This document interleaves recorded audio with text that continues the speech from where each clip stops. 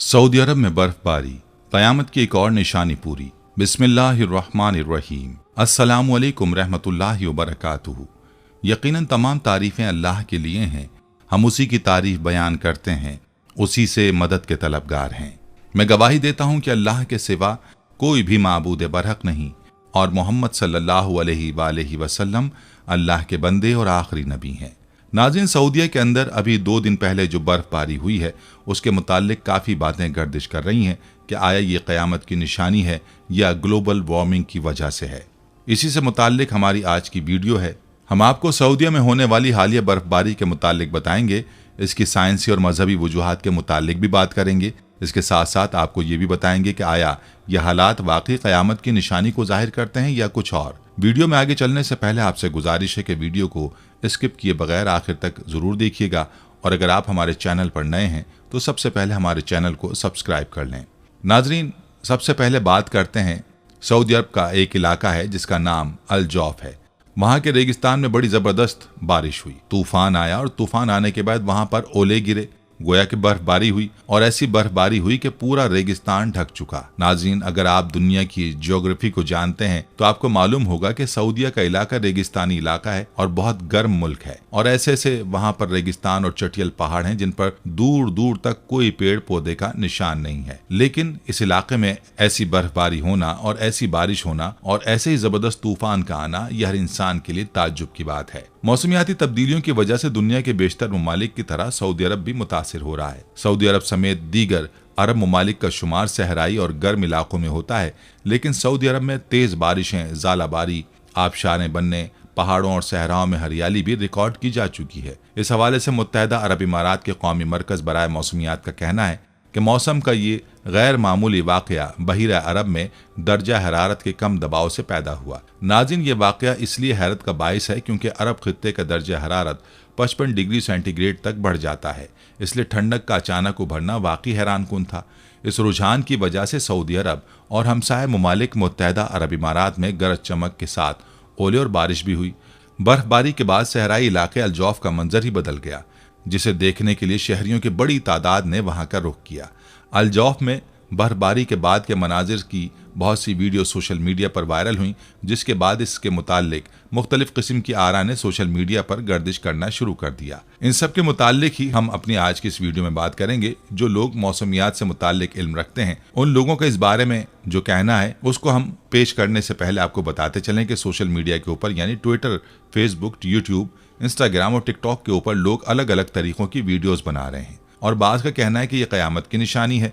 जो बड़ी क़यामत की निशानियां हैं उनमें से एक है। दूसरी राय यह है कि यह ग्लोबल वार्मिंग की वजह से है और सऊदीया ही नहीं बल्कि पूरी दुनिया के अंदर इसके असरात देखे जा सकते हैं। जिस तरीके से आप अपने इलाकों में भी देख रहे होंगे कि पहले नवंबर के महीने में बड़ी अच्छी ठंड शुरू हो जाया करती थी और लोग गर्म कपड़े पहनना शुरू कर दिया करते थे जिससे सर्दी से बचा जाए। लेकिन आज आलम यह है कि अक्सर इलाके जो गर्म हैं या ठंडे इलाके हैं, सर्दी का अभी तक नामो निशान नहीं है और लोग गर्मियों के अंदर आम तौर पर कपड़े जो पहनते हैं वही पहनकर बाहर फिर रहे हैं।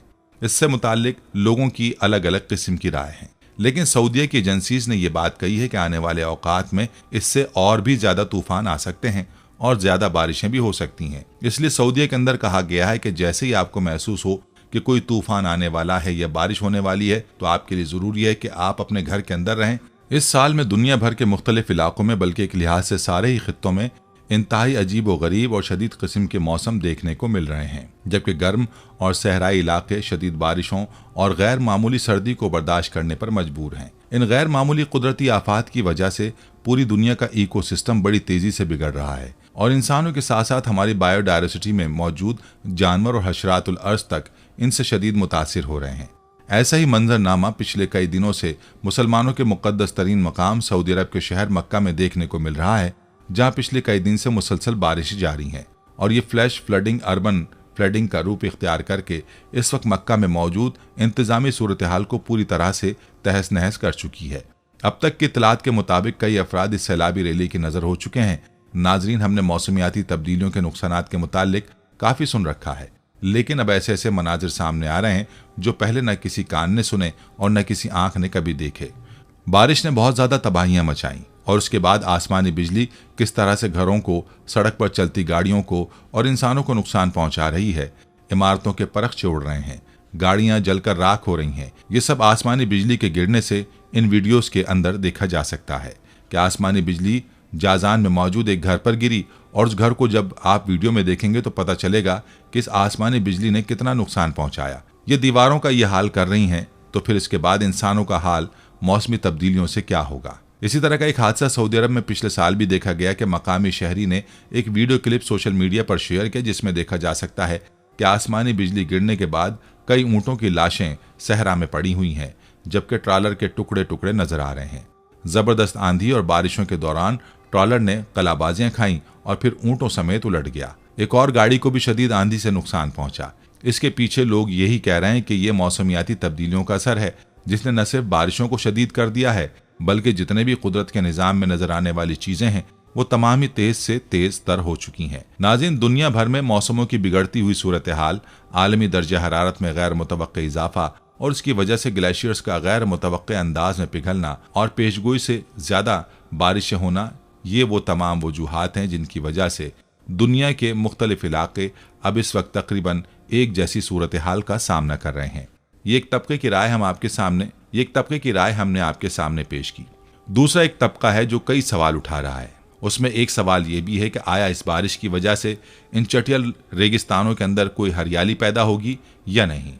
इसमें जो पढ़े लिखे लोग हैं वो मौसमियात से वाकफियत रखते हैं। उनकी राय के मुताबिक ये एक मौसम है और ऐसे मौसम में ये सारी चीज़ें हो सकती हैं।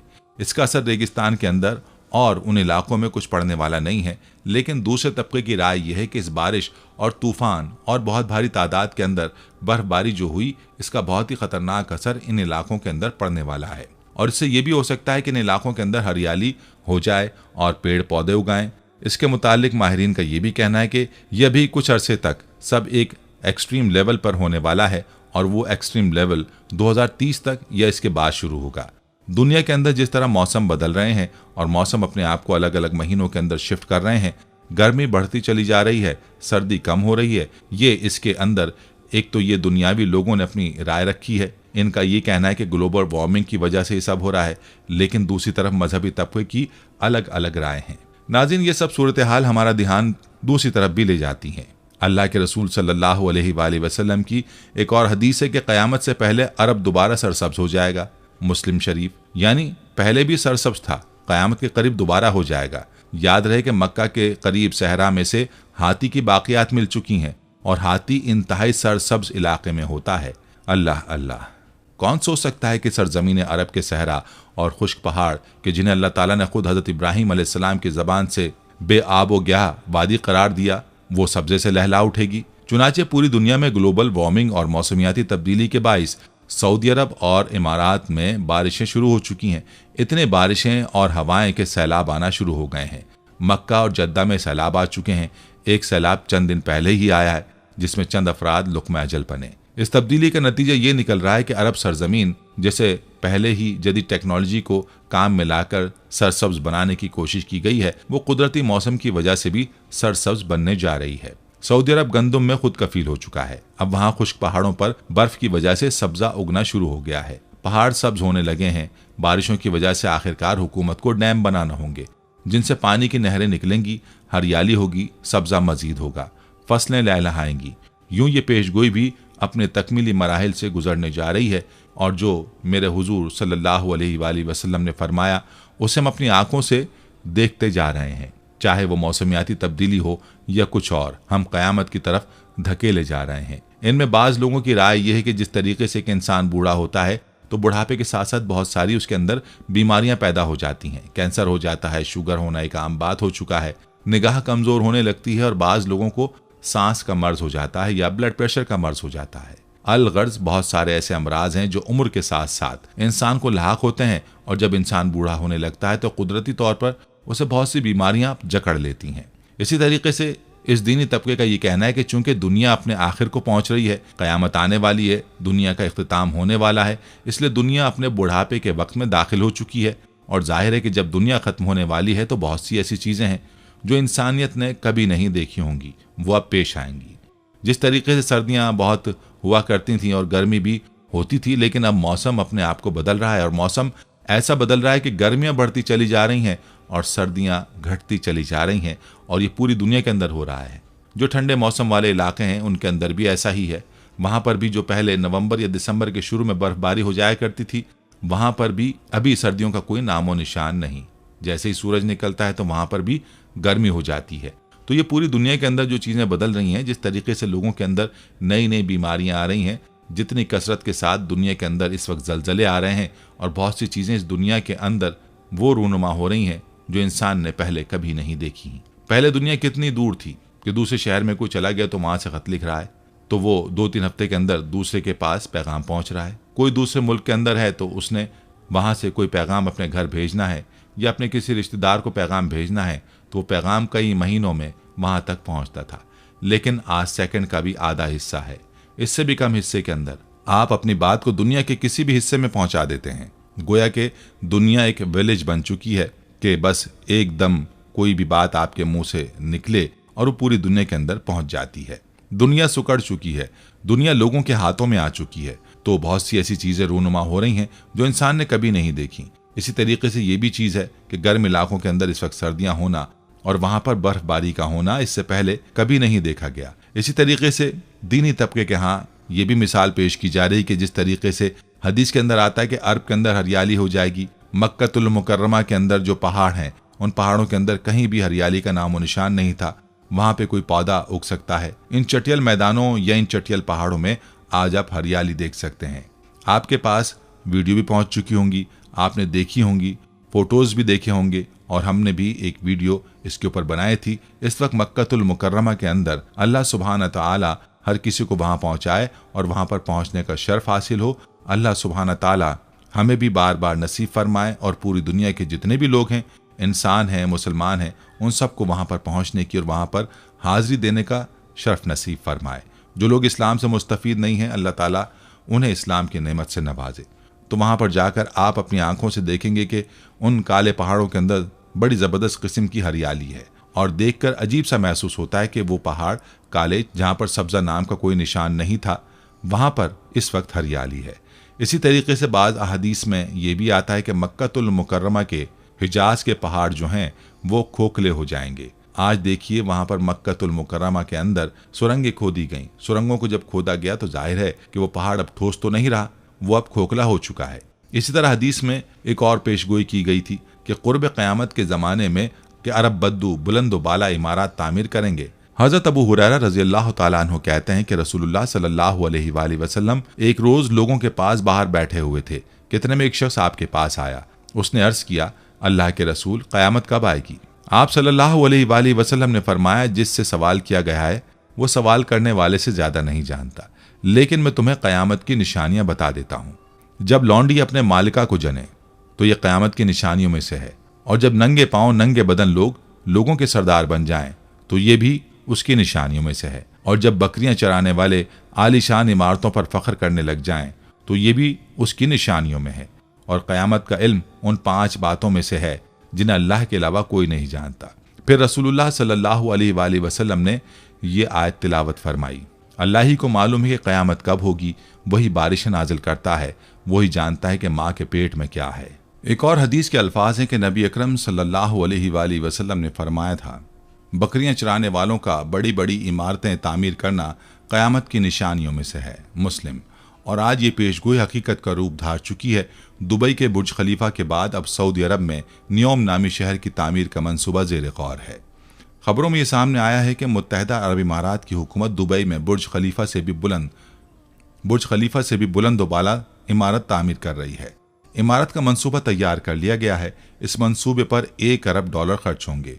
ताज़ा तरीन खबरों में ये सामने आया है कि मुत्तहिदा अरब इमारात की हुकूमत दुबई में बुर्ज खलीफा से भी बुलंद व बाला इमारत तामीर कर रही है। इमारत का मंसूबा तैयार कर लिया गया है। इस मंसूबे पर $1 अरब खर्च होंगे और ये इमारत जल्द ही तामीर हो जाएगी। दूसरी जानिब जद्दा में भी एक बुलंद व बाला टावर तैयार हो रहा है, जिसकी बुलंदी 1 किलोमीटर तक होगी, जो कि बुर्ज खलीफा से भी ज्यादा है, और ये दुनिया की बुलंद तरीन इमारत होगी। एक दूसरे से ऊंची इमारतें तामीर करने का शौक और अरबों डॉलर की लागत से बनने वाली ये इमारतें अगर इज्जत व फ़ख्र का बाइस बनती तो तारीख़ में फ़राईन मिस्र या आदो सुमूद की फ़न और कारीगरी के नमूने जिसने अक़वाम आलम को हैरत में डाल रखा है, मारिज़ वजूद में ना आते और ये सब सलातीन और बादशाह निशान इबरत ना बनते। बुर्जुल अरब, पाम आइलैंड और न्यू ईयर नाइट के मौके पर इन बिल्डिंग्स में कई मिलियन डॉलर के असराफ से होने वाली पार्टीज और लाइटिंग दुनिया भर के गुरबा और मसाकीन के चेहरों पर तमाचा है।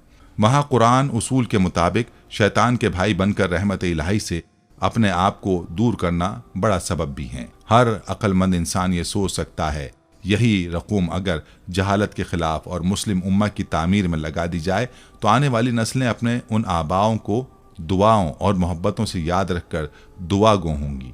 तारीख की सितम ज़रीफ़ी देखिए कि मुग़ल हुकूमत के चर्चे हमारी निसाबी और तारीख़ी कुतुब में नुमाया तौर पर बयान किए जाते हैं, लेकिन मुग़ल हुक्मरानों के ताजमहल, लाल किला, पुराना किला, फतेहपुर सीकरी समेत पूरे बर सग़ीर में उनकी शाही दिलचस्पियों का खमियाजा आज पूरी मुसलमान कौम भुगत रही है। मुग़ल हुकूमत की ये शाही इमारत आज इबरत अंगेज़ हो चुकी हैं। तारीख का मुताला करने वाला इन इमारतों की तामीर पर लगने वाला बेपनाह सरमाया और अय्याशियों की दास्तान पढ़ने के बाद बेइख्तियार पुकार उठता है कि काश ताजमहल के बजाय एक यूनिवर्सिटी तामीर हो जाती, काश इन फजूल खर्चियों के बजाय असहाबे इल्म व फ़न को इज्जत देकर उनसे फ़ायदा उठाया जाता, काश ये हुक्मरान सिर्फ किलों और शाही महलों की तामीर के बजाय अपनी आइंदा नस्लों के लिए अच्छे इदारे, पानी के मजबूत डैम, बेहतर नहरी निज़ाम, मईशत की तरक्की और मुस्तकबिल के अहदाफ को सामने रखकर कोई एक भी काम कर जाते तो खुद उनकी ज़िंदगी और मरने के बाद अगयार के कब्ज़े, तख्त नशीनी के झगड़े और मुस्लिम कौम के बदहाली की वो जिल्लत आमेज़ दास्तानें हमें सुनने को ना मिलती। लाल किला पर हिंदुस्तानी झंडा, ताजमहल की इमारत, कुतुब मीनार की बुलंदी से हमें क्या फ़ायदा पहुँचा? आसार कदीमा के नाम से ये इमारत आज हमारे सोए हुए ज़मीर को जगाती हैं, लेकिन हम टिकट खरीद कर इन्हीं आसार कदीमा को देख कर खुश होते हैं और ऊंची इमारतें आइंदा आने वाली नस्लों को उन हुक्मरानों की लापरवाहियों और मुस्तकबिल के बारे में कोताह इल्मी हालात और वाक़यात से बेरग़बती के किस्से सुनाती हैं। और शायद अरबों के इस शौक़ का खमियाजा आइंदा नस्लों को ऐसे ही देखना पड़ेगा जैसे हम देख रहे हैं। बदकिस्मती देखें कि मक्का मुकर्रमा में बैतुल्लाह के बिलमुकाबिल क्लॉक टावर के नाम से ऊंची इमारत खड़ी कर दी गई। अगरचे उसकी आमदनी हरमैन शरीफैन के लिए वक्फ है, लेकिन पूरी दुनिया के मुसलमानों की अक्सरियत जिसने भी मस्जिदुल हराम की ज़ियारत की है उसको नापसंद किया है। हदीस मुबारका में आता है कि अब्दुल्लाह बिन उमर रज़ी अल्लाह अन्हु बयान करते हैं कि नबी अकरम सल्लल्लाहु अलैहि वसल्लम ने इरशाद फरमाया, जब तुम देखो कि मक्का मुकर्रमा का पेट चीर कर नहरों जैसी चीज़ें बना दी गई हैं और मक्का की इमारतें पहाड़ों की चोटियों के बराबर ऊंची हो गई हैं, तो समझ लो कि मामला तुम्हारे सर पर आ चुका है, इसलिए संभल कर रहो। मुसन्निफ इब्न शीबा नहरों का पेट चीरने से मुराद उसकी तामीरात हैं। आज हम देख सकते हैं कि मक्का मुकर्रमा में वाक़ई कितने ही पहाड़ों को चीर कर सुरंगें और ज़मीन दोज़ रास्ते बना दिए गए हैं। मक्का मुकर्रमा की इमारतें न सिर्फ पहाड़ों की चोटियों के बराबर हो गई हैं, बल्कि बाज़ जगह इनसे भी ऊंची चली गई हैं। नबी अकरम सल्लल्लाहु अलैहि वसल्लम ने क़यामत की निशानियाँ बयान करते हुए फरमाया, ऊँटों और बकरियों के चरवाहे जो बरहना और नंगे पाँव होंगे वो एक दूसरे से मुकाबला करते हुए लंबी लंबी बिल्डिंग्स बनाएंगे और फ़ख्र करेंगे। एक और मौके पर आप सल्लल्लाहु अलैहि वसल्लम ने इरशाद फरमाया, क़यामत से पहले अरब दोबारा सरसब्ज हो जाएगा। मुस्लिम। आज हम देख रहे हैं कि अरब के रेगिस्तानों में गोल्फ क्लब खोले जा रहे हैं। वो सहरा और खुश्क जगहें जहां एक पत्ता भी नहीं मिलता था, वहां अब गंदुम काश्त हो रही है और खुसूसन सऊदी अरब गंदुम की काश्त में खुद कफील हो चुका है। कैद साली के इन इलाकों में बारिशें बेइंतहा होती हैं, बल्कि सैलाबी कैफियत पैदा हो रही है। जद्दा में सैलाब से होने वाले नुकसानात हम मीडिया पर देख चुके हैं। पहाड़ों पर सब्जा भी नजर आना शुरू हो चुका है। अगरचे इसको ग्लोबल वार्मिंग का नाम दिया जा सकता है, लेकिन नबी मोहतरम सल्लल्लाहु अलैहि वसल्लम ने इसको क़यामत की निशानियां बयान किया था और फरमाया था कि रेगिस्तान दोबारा सरसब्ज हो जाएंगे। मक्का के करीब हाथी की बाक़ियात मिल चुकी हैं और हाथी उमूमन वहाँ होता है जहाँ सब्जा होता है, यानी ये इलाके पहले सरसब्ज होते थे। 70 की दहाई से कबल अरब पाकिस्तान और इंडिया में ताल्लुकात और चंदा ताउन के लिए आते थे, लेकिन अब अल्लाह सुब्हान ताला ने इन इलाकों में जब तेल की दौलत का फजल किया तो शायद लोग अपनी औकात भूल चुके हैं। लेकिन अल्लाह के उसूल हर कमाले राज वाले के मिज़दाक क़यामत की निशानियों के तनाजुर में देख लें तो शायद वो वक्त करीब आ रहा है। अक्लमंदों के लिए नसीहत है, कुरान के इस उसूल को अपनाने वाले कहीं खो चुके हैं। नाज़रीन, अल्लाह के नबी हज़रत मोहम्मद सल्लल्लाहु अलैहि वसल्लम ने क़यामत की जो निशानियाँ अपनी उम्मत को बतलाई हैं, उनमें से बहुत सारी इस दुनिया फ़ानी में वाज़े हो चुकी हैं और कुछ अभी अपने वक्त मुकर्ररा पर वाज़े होना बाकी हैं। क़ुर्ब क़यामत की जिस निशानी पर आज हमने बात की, अरब के फाका ज़दा चरवाहों का आलिशान और बुलंद बाला इमारतें तामीर करना न सिर्फ पूरी तरह वाज़े हो चुकी है, बल्कि तरक्की के नाम पर एक दूसरे से आगे निकलने की दौड़ में शामिल हो रहे हैं। नाज़रीन, ये वही लोग हैं जो बरहना पा, फाका ज़दा, नंगे पाँव, नंगे जिस्मों के साथ बकरियां चराया करते थे, आज आलिशान इमारात बनाने और अपने घरों की जीनत व आराइश के काम में इस कदर मशगूल और एक दूसरे को नीचा दिखाने और अपनी बुलंद बाला इमारात पर फ़ख्र व मबाहात का इजहार करने के जौहर दिखाने में मसरूफ़ अमल नजर आते हैं। कुतुब तारीख के सीनों में मुसलमानों के उरूज व ज़वाल की दास्तानें हमेशा के लिए महफूज हैं। जब तक मुसलमान कुरान और हदीस के बताए हुए अहकामात पर चलते हुए अपनी तलवारों को दुश्मनों के खून से रंगते रहे और इस्लाम का पैगाम पहुंचाते रहे, तब तक वो दुनिया पर फाते और गालिब रहेंगे। लेकिन जैसे मुसलमानों की फतूहात का दारोमदार कुफ्र व ईमान के बजाय दुनिया की माल व दौलत जमा करने के गिर्द घूमना शुरू हुआ, तलवारों को जंग लगना शुरू होता चला गया।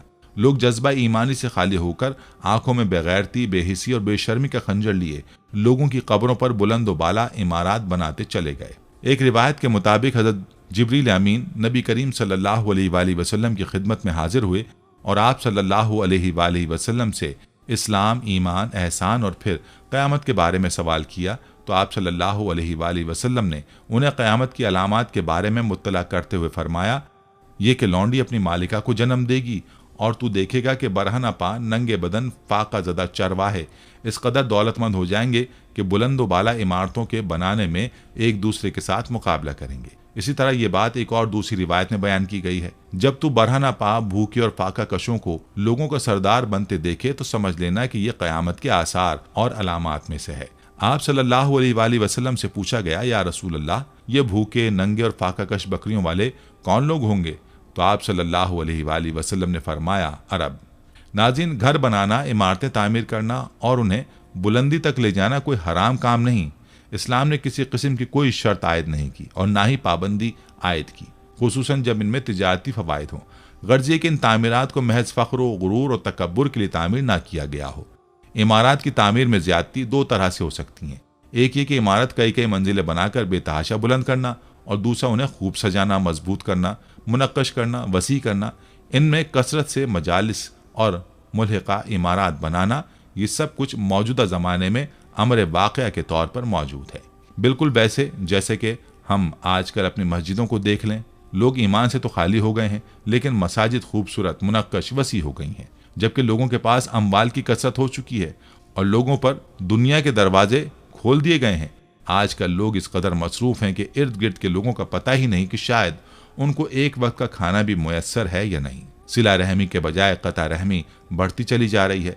लोग अपने करीबी रिश्तेदारों से बात करना इसलिए गवारा नहीं करते कि उनका घर छोटा है और हमारा बड़ा, उनकी हैसियत हमारे बराबर नहीं, उनका कारोबार कमतर और हमारा कारोबार वसी पैमाने पर फैला है। हमने अपने मरासिम भी ऐसे लोगों से वाबस्ता कर लिए हैं जो हमारी तरह ऊंची शान और शौकत का मालिक हो। रस्मों, रवाज और ऊंच नीच की दीवारों को हमने अपने इर्द गिर्द इतना मजबूती से खड़ा कर लिया है कि अब हम ये सोचने पर मजबूर नजर आते हैं कि इन खोखली और बनावटी दीवारों को गिरा दिया तो लोग क्या कहेंगे। हम ये भूल जाते हैं कि इस ज़मीन में अल्लाह और उसके रसूल सल्लल्लाहु अलैहि वसल्लम की तालीमात क्या हैं। नाज़रीन, खुलासा यह है कि अरब के बाशिंदे सहराओं के अनपढ़ बद्दू जो बकरियां चराने वाले थे, सहराओं को छोड़कर शहरों की तरफ रुख करेंगे और ऊंची ऊंची इमारतें बनाने में मुबालगा आराई करेंगे और एक दूसरे को नीचा दिखाने की मुकाबलाबाजी करेंगे। घरों, दुकानों और प्लाजों की ये सब तामीर फ़ख्र, गुरूर और तकब्बुर के लिए होगी। हर शख्स की ये ख्वाहिश होगी कि उसकी इमारत दूसरी तमाम इमारात से ज़्यादा बुलंद हो और ख़ूबसूरत हो। आज के ज़माने में अरबों में भी और गैर अरबों में भी इमारतों की तामीर में मुबालगे का रवाज उरूज पर है। इस हदीस मुबारका में सिर्फ अरब के लिए नहीं कहा गया, बल्कि हर उस शख्स के लिए पैगाम दिया गया है जो भी तामीरात दिखलावे के लिए करेगा, वो इस ज़ुमरे में आता है। और न सिर्फ इनफरादी सतह के अफराद बल्कि हुकूमतें भी इस दौड़ में शामिल हो गई हैं और वो भी कमर्शियल प्लाजों को बनाने और उन पर फ़ख्र और गुरूर करने में, एक दूसरे से सबकत ले जाने में पेश पेश नजर आते हैं। नाज़रीन, इस तरह बहुत सी और भी ऐसी निशानियां हैं जिनसे लोग उन चीज़ों को मिलाने की कोशिश कर रहे हैं। लेकिन ये बात कि दुनिया अपने ख़िताम पर है और बुढ़ापा दुनिया को भी लाख है, तो बहुत सी चीज़ें ऐसी होंगी जो इंसान ने पहले कभी नहीं देखी होंगी।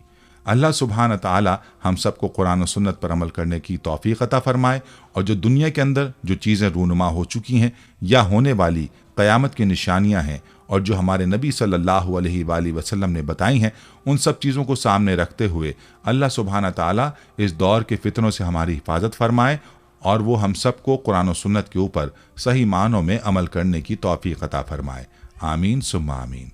नाज़रीन, ये थी हमारी आज की वीडियो। हम उम्मीद करते हैं कि आपको हमारी आज की ये वीडियो ज़रूर पसंद आई होगी।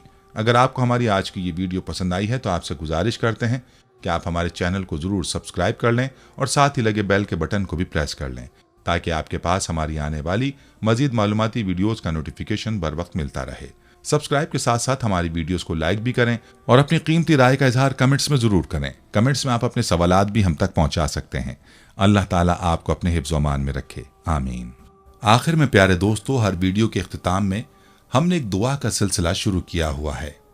जो भी इस दुआ में शामिल होगा, मेरा दावा है कि अल्लाह पाक उसकी तमाम जायज़ हाजात को पूरा करेंगे। अपनी दुआ का आगाज़ दुरूद इब्राहिमी से करते हैं। आप सब दोस्त और बहनें पहले मेरे साथ मिलकर दुरूद पाक पढ़ लें और कमेंट्स में आमीन लाजमी लिखिएगा। अल्लाह पाक उस आमीन को लिखने की बरकत से आपकी और मेरी तमाम जायज़ हाजात को पूरा फरमाएंगे। दुआ का आगाज़ करते हैं। बिस्मिल्लाहिर्रहमानिर्रहीम। अल्लाहुम्मा सल्ली अला मुहम्मदिन व अला आलि मुहम्मदिन कमा सल्लैता अला इब्राहीम व अला आलि इब्राहीम इन्नका हमीदुम मजीद। अल्लाहुम्मा बारिक अला मुहम्मदिन व अला आलि मुहम्मदिन कमा बारकता अला इब्राहीम व अला आलि इब्राहीम इन्नका हमीदुम मजीद। तमाम हम्द व सना रब्बे ज़ुल जलाल के लिए हैं, जिसकी रहमत से नाउमीदी नहीं, जिसकी नेमतों से दामन खाली नहीं, जिसकी मग़फ़िरत से मायूसी नहीं और जिसकी रहमतों का फैज़ान कभी नहीं रुकता। ऐ अल्लाह पाक, ऐ अल्लाह तू पाक है, तेरा शुक्र अदा करते हैं इस इकरार के साथ कि तेरे सिवा कोई माबूद नहीं, तू सबसे बड़ा है, तेरा कोई शरीक नहीं और ना ही कोई हमसर है।